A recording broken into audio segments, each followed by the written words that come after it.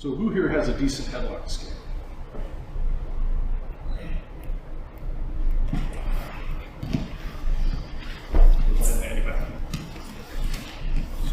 I want to adjust you a little bit. Okay, good. Now go to escape.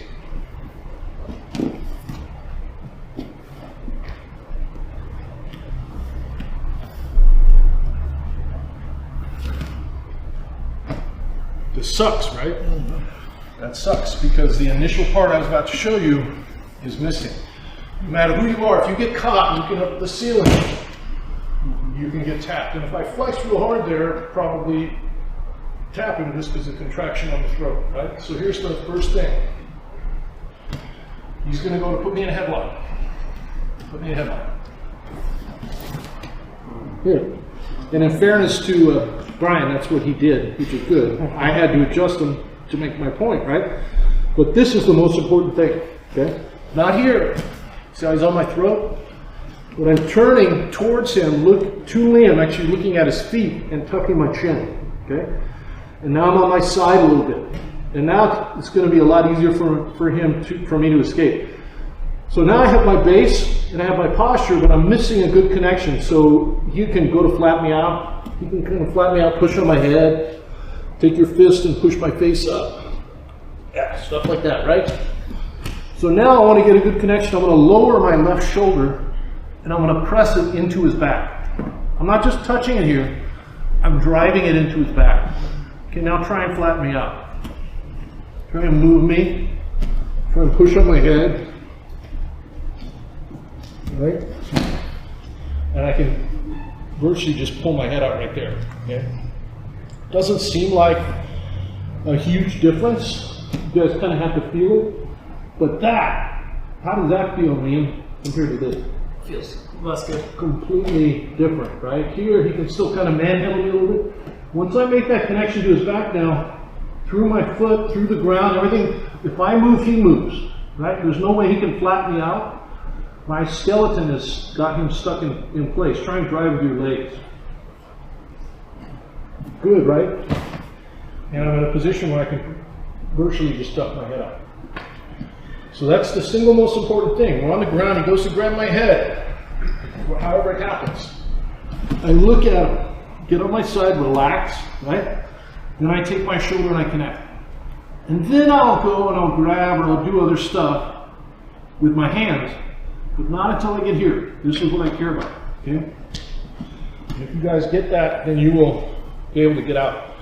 So what I want you to do is I want you to turn, tuck your chin, get on your side, and then have your partner, feel what that feels like, have your partner flatten you out, mess with you there, and then lower the shoulder and drive it into their back and maintain that connection, that tension in their back, and then see what it feels like so you can feel the difference, okay? And that's the most important part of the whole lesson right there, because if you get that right, you will get out pretty much every time. If you get it wrong, you may or may not get out, but it's going to be a battle. Okay, so try that back and forth. If you want to feel what that shoulder feels like, I'll come show you here, as everybody in Brazilian Jiu-Jitsu does those. The shoulder piece is kind of unique to Hickson. He showed that to me when he was here 6 or 7 years ago. It makes a big difference. Okay. Now the next one, if we had a stick that's a log and it's got branches sticking out of it, it's very hard to roll. Okay. But if we cut off all the branches, it's very easy to roll. Okay? And so that's what I'm going to do. When we get a connection, I'm going to put our body in a line like a log without branches. Okay? So Liam goes to grab my head. Turn towards him, get on my side, get a good connection, number one. Feel comfortable here. I'm in no panic, right? He goes to move or whatever.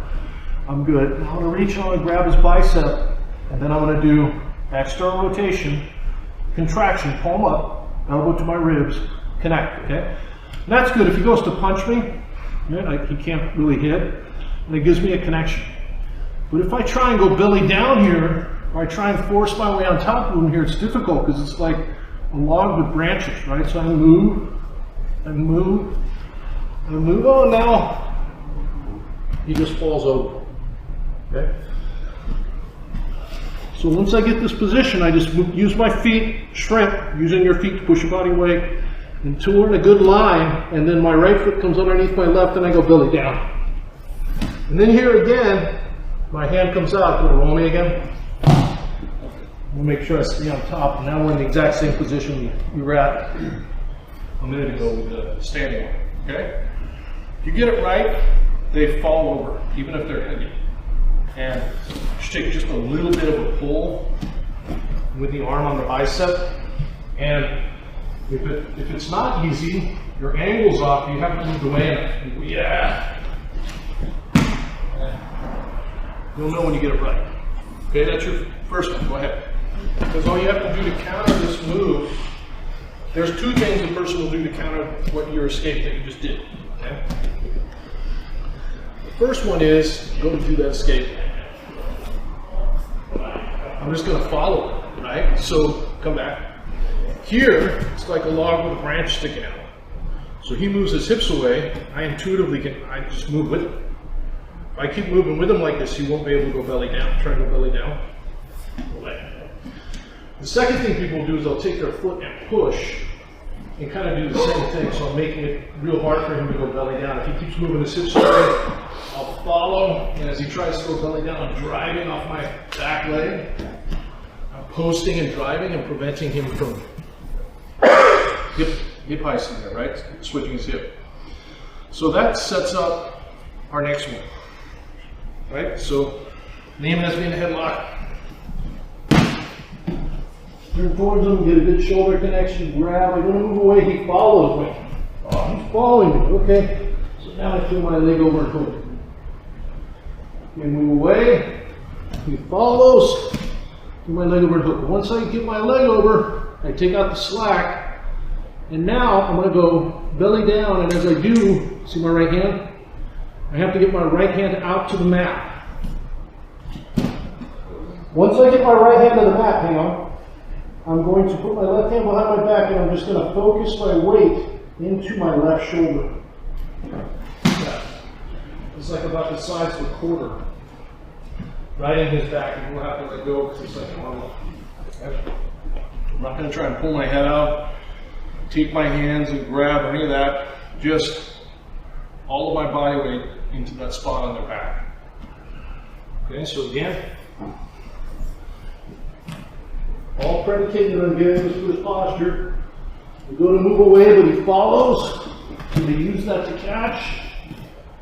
I switch my hip, then my hand. And now, get good base. Try and roll me again.